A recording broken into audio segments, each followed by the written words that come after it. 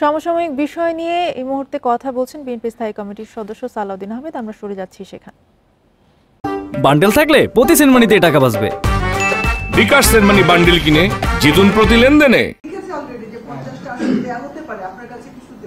আমার শোনা হচ্ছে কিছু আসনা প্রার্থী দিবেন না, এরকম শোনা হচ্ছে।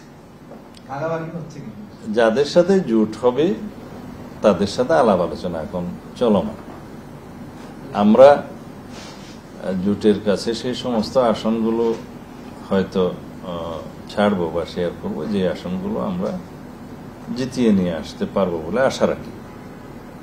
এবং জোটের সাথে আমাদের সেই বিষয়ে আলোচনা হচ্ছে। বিভিন্ন দল জোটে যারা অন্তর্ভুক্ত তারা তো তাদের দাবি উত্থাপন করবেই। যারা আপনার জোটে আসবে তাদের প্রতীক কি হবে? দলীয় প্রতীক আপনাদের তাদের শিশু এই আইনটা সংশোধনের প্রক্রিয়ায় আছে। আমরা আপত্তি জানিয়েছি যে যারা জোট গঠন করবে তারা জোটের যে কোনো একটা প্রতীক নিয়ে নির্বাচন করার আগের যে বিধান ছিল, এটা খুব সম্ভবত আরপিইউ 20 ধারার এক উপধারা।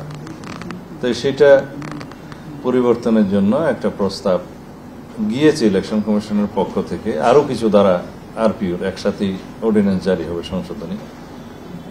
আমরা এই ধারার বিরুদ্ধে একটু আপত্তি দিয়েছি, আলোচনা হয়েছে। সরকার মোটামুটি আইন উপদেষ্টা সবাই মনে করে যে আগের বিধানটাই থাকা উচিত।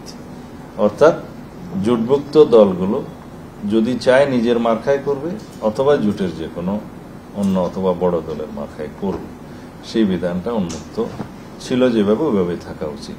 তা এখন জোটের প্রার্থীদের অথবা জোটের দলের একটা স্বাধীনতা থাকবে, তারা নিজস্ব প্রতীকে করবে নাকি দানের শীর্ষে করবে। এবার প্রার্থী সিলেকশনের ক্ষেত্রে আপনারা কি বেশি প্রাধান্য দেবেন?